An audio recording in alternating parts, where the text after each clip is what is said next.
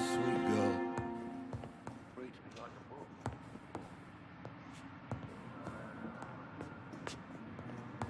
I'm all right. Good evening, Waste madam. time with me. Can I help you? It's my son who needs you, sir. I'm Dr. Jonathan Reid. How can I help your son? I'm Beatrice Goswick, mother of Mortimer Goswick. Could you check on him, please, Dr. Reid? I've heard much of your talents as a physician.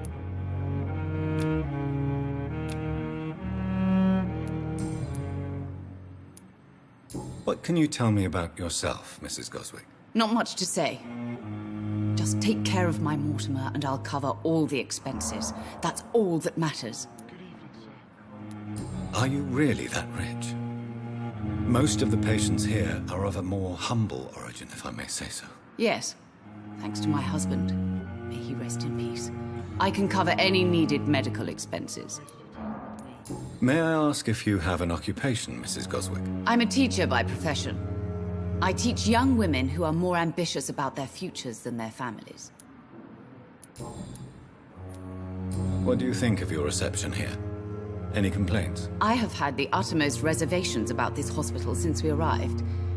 But we had no other choice, considering the state of emergency. Is there something in particular that's bothering you? Some of the staff were not especially welcoming. I suspect they're not accustomed to dealing with patients of such social standing.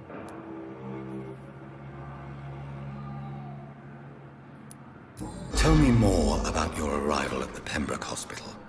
What gave you such a bad first impression? The ambulance driver was quite rude, for a start. And that nurse, Miss Hawkins, seems to have quite a dubious attitude. What do you mean? She managed to secure a bed for my son despite the epidemic. It was a relief, but it wasn't cheap. She charged you for a bed? Yes, and I paid without question, considering the urgency of the situation. I share your concern, Mrs. Goswick. Be sure that I'll talk to the people involved. I don't expect compensation, Dr. Reid. But I'm aware such behavior would not be tolerated in other hospitals.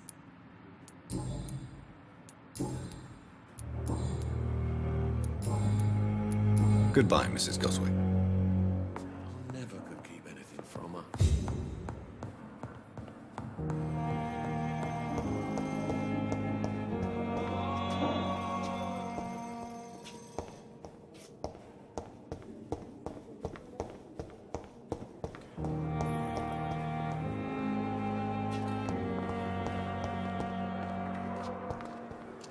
Good evening, Nurse Hawkins. Good evening, Dr. Reid.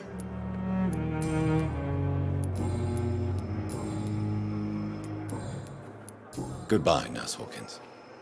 Time has lost its effect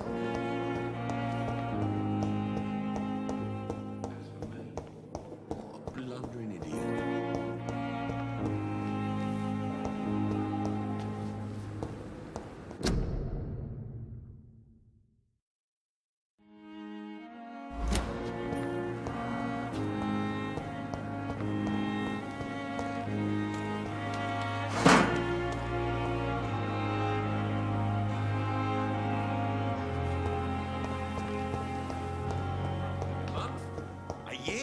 You have the right to disapprove of our methods, and you will kindly apologize when you're feeling better.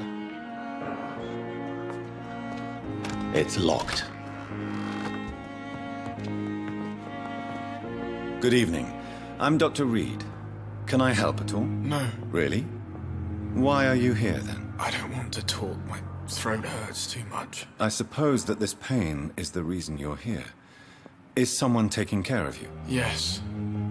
And no. Could you at least tell me your name, sir? Mortimer. Mortimer Goswick.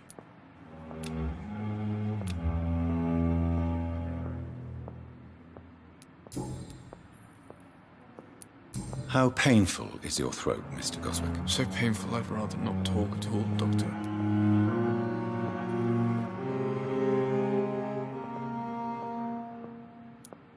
I'm sure you realize a doctor and his patient have to communicate, sir. Would it help if I gave you some paper and a pen? Not really. I see. Then maybe it's not just your throat that hurts, Mr. Goswick.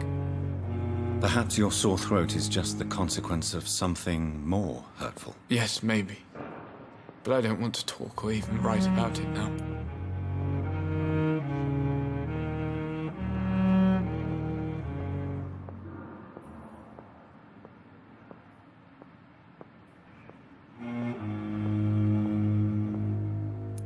Why did your mother have you hospitalized here? She seems convinced this is a bad hospital. My mother just wants the best for me. She won't rest while I'm here. She'd go all the way to hell and back to help me. Pembroke Hospital may look unorthodox, but rest assured you're in good hands here. It's not me you have to convince, Dr. Reid. It's my mother. Is your mother bothering you? As your doctor, I can ask her to leave you alone if you would prefer. That's tempting, Doctor. But you have no idea what my mother is capable of. She would tie herself to my bed if you asked her to leave. How painful is your throat, Mr. Goswick? So painful I'd rather not talk at all, Doctor.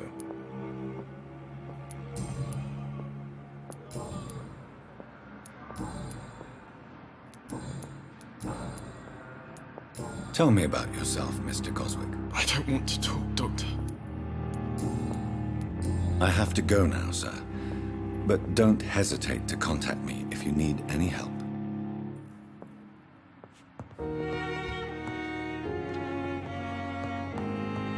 So many deaths. But still more coming. How can we be sure we're making a difference? You always knew the words to calm the children. Good evening, Dr. Strickland. And good evening to you, Dr. Reid. Can I be of any help?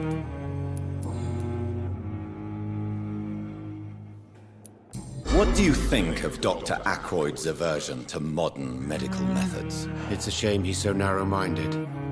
Dr. Swansea taught me that science is about exploring uncharted territory. I'm convinced that's true. With the influenza and all that's going on, you should put your differences aside, don't you think? Why is it so difficult to work together? I believe that if Dr. Ackroyd had been the one to discover the transfusion process, he would be the first to recommend its use. So you believe it's just a question of jealousy and pride? Dr. Ackroyd is as proud as he is blinded by his obsolete concept of medical science. Goodbye, Dr. Strickland. Good evening, sir. I'm quite busy right now, Dr. Reid.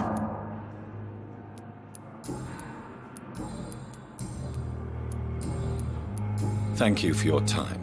We'll talk later.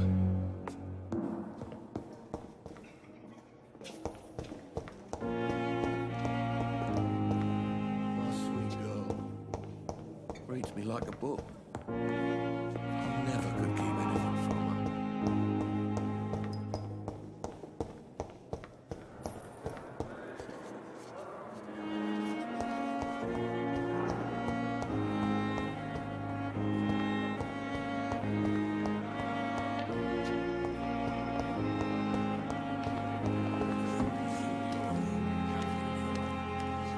We have no effective treatment. We are. Good evening, Dr. Tippett. Dr. Reid, any good news to share?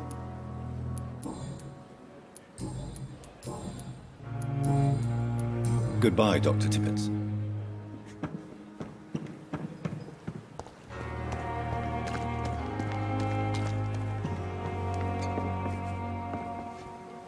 Good evening, Nurse Brannigan. Good evening, Doctor.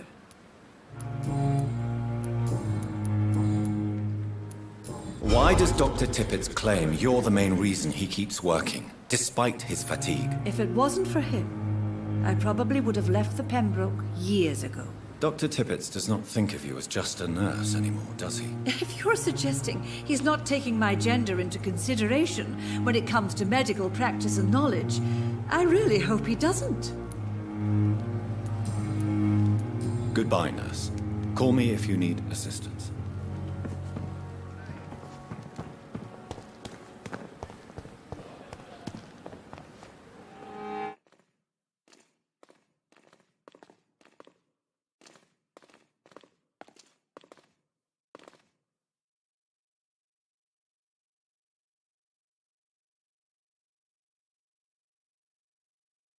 Good evening, sir. I'm Dr. Jonathan Reid. I'm new here. I've already heard about you, Dr. Reid. I'm Milton Hooks, the ambulance driver for this shithole of a hospital. That's quite a blunt introduction, Mr. Hooks. You can call me Milton. I like to speak my mind, Dr. Reid. Perk of the job. Don't judge me, and I won't judge you. I'm not sure I understand what you're talking about. Well, I'm no doctor, but I'm pretty sure a gun can't be used as a surgical instrument. You have a keen eye. I learned to shoot during the war, and have carried one ever since. Old habits die hard. No need to explain, Dr. Reid. And if you ever need a better gun, remember, I may have something for you. Why do you have such a mediocre reputation among your colleagues, Milton? Fuck them. Nobody knows the horrors I've seen since working here.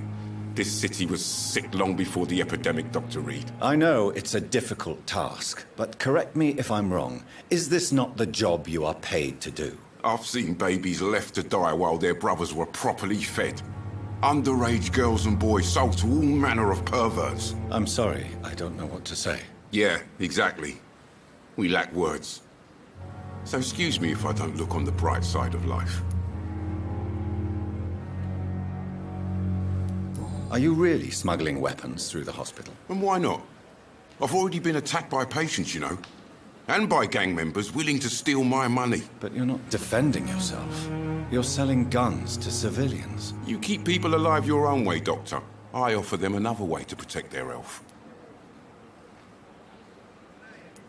How is the situation around here? You want to hear the situation is all right? It's fucking awful. We lack everything. And it's getting worse every day. So what do you do exactly in this hospital?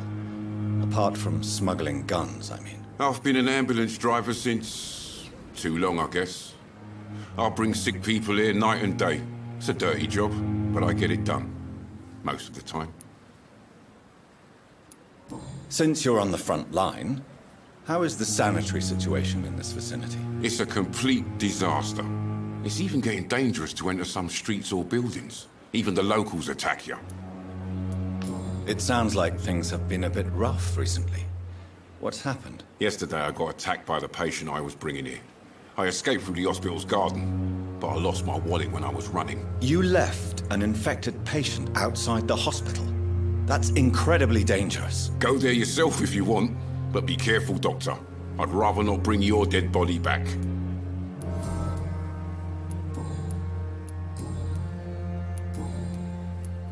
I'd like to see your goods. Wise choice, Dr. Reid. A reliable gun is what everybody needs these days.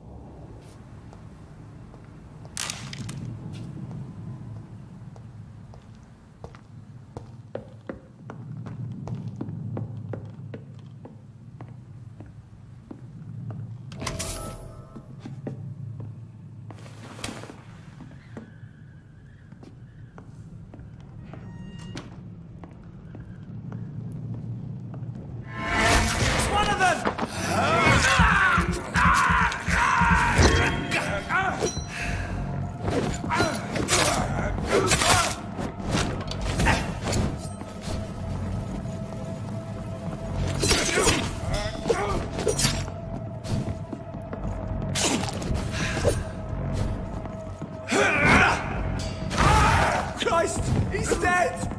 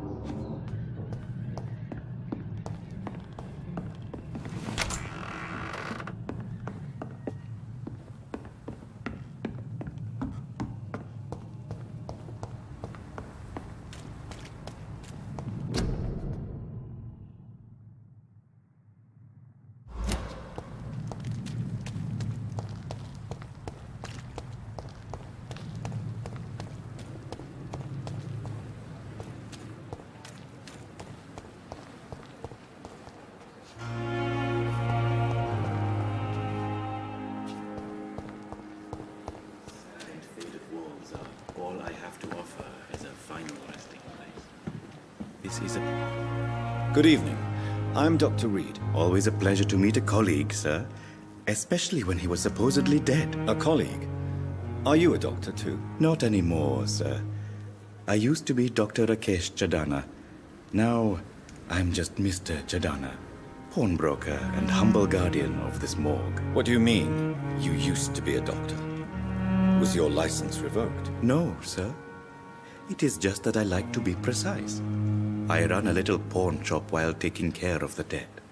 But I used to be a real doctor.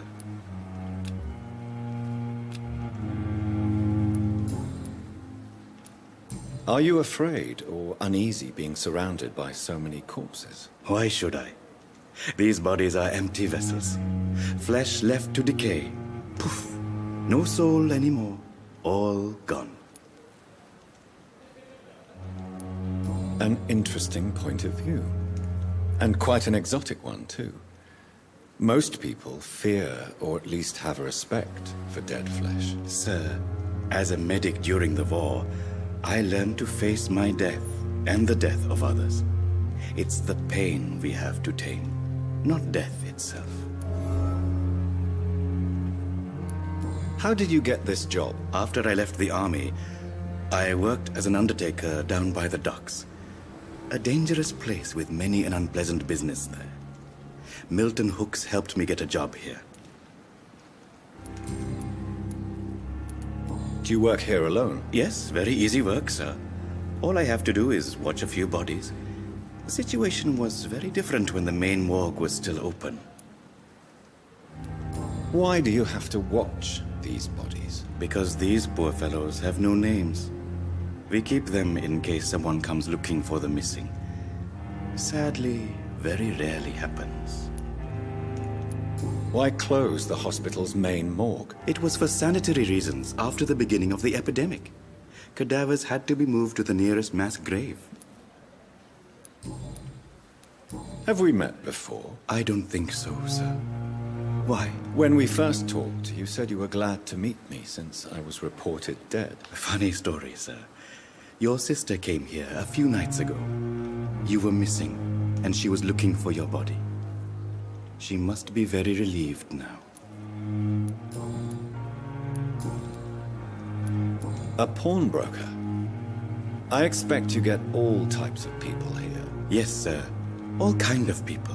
For I sell all kind of goods. Who comes here to trade with you? It's very unhygienic, even unsafe.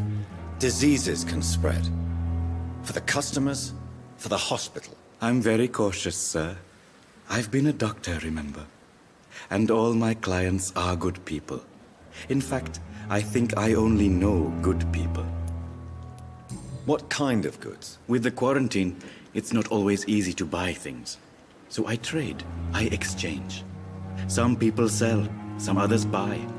I like to help. Since you're not afraid of dying, do you believe in life after death, Rakesh? No. I believe we must do all the good we can while alive. For our time is short, and the obstacles are endless. Do you think you would enjoy immortality as a concept? I don't think so. Don't mistake me. I love life, and I'd like to live a long life. But everything has to decay, sir. Even goodwill. Do you really believe goodwill cannot last? As I said, sir, everything decays. If I was to never die, goodness, I would be bored or worse. And I like to be helpful, sir. Quite depressing, wouldn't you say? Yes, but the good news is we'll all die before losing our humanity, sir. So you're ready to die? No, I am not. I don't fear death, for I won't see it. What troubles me is the pain my death will inflict to those I know. You're a wise man, Mr. Chidana. No, Dr. Reid. I am a foolish man. But I like to think otherwise. Please show me what you have to sell. Of course. It's just trinkets and curios, really. But I'm sure they can be useful.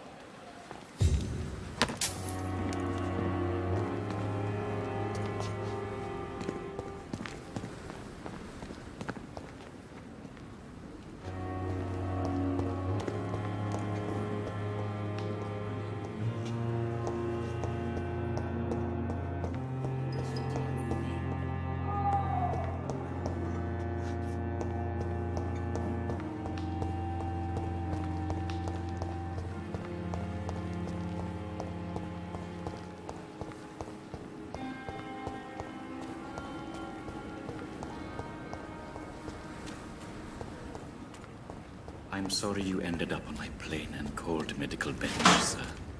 I understand you must be very angry about this unfair situation. I managed to arrange to have you buried in the same as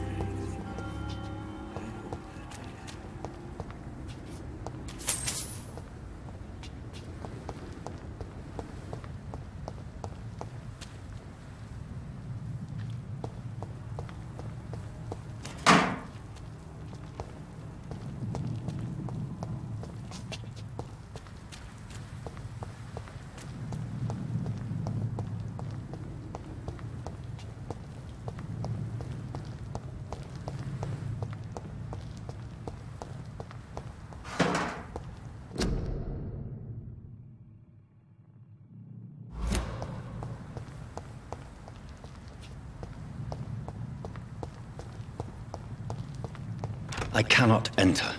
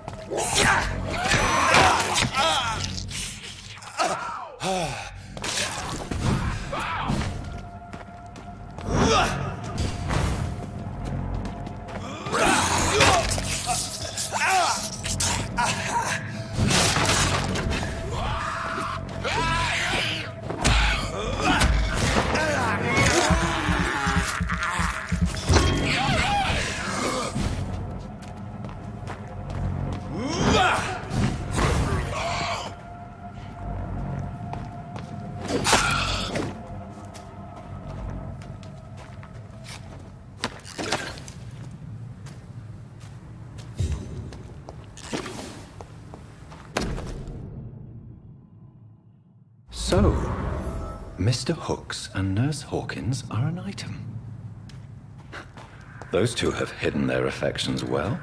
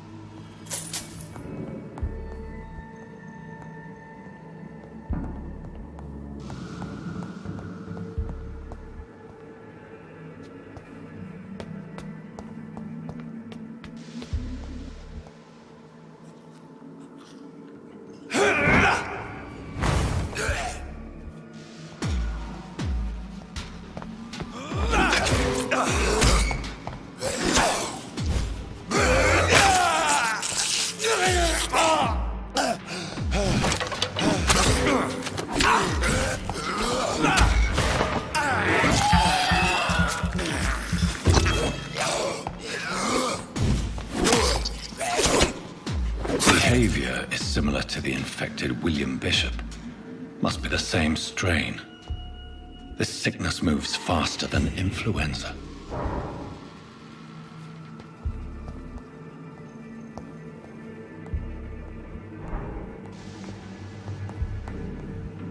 Balls of Mars, fortifiers. As popular as they are ineffective. But they do contain iron tartrate, and that might prove itself useful.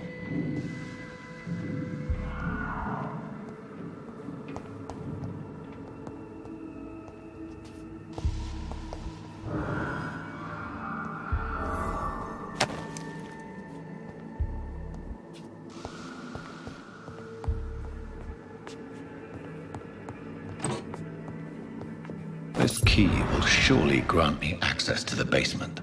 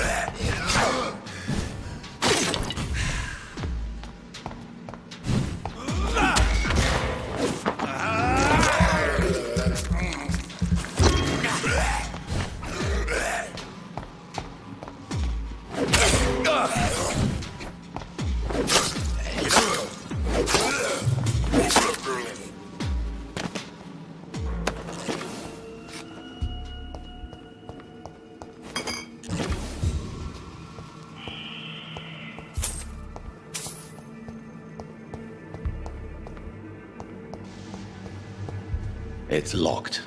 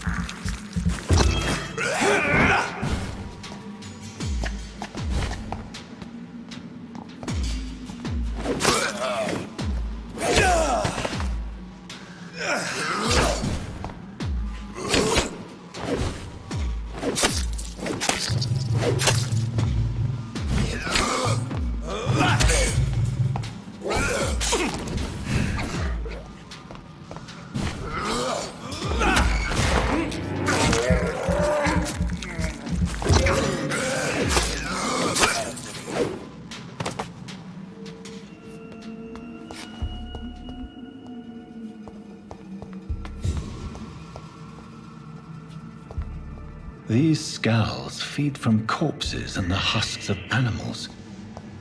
They're not after blood.